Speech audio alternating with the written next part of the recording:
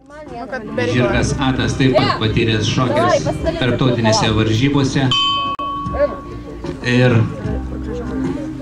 yra nekarto savo rungtyse buvęs nugalėtojas.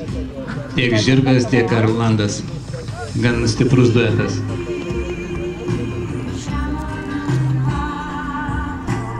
Jis pabrėžys dešus.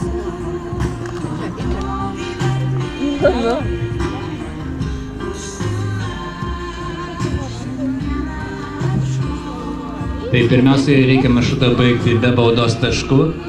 Tikriausiai Erlandas ir stengsis, o paskum tik tais bus persirungimas. Kągi, reikia kruopščiai parinkti atstumą ir viskas išsispręs.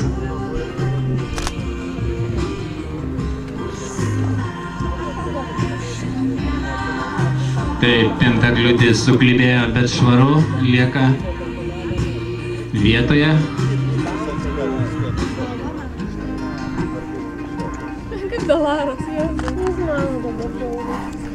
Septynios be baudos taškų.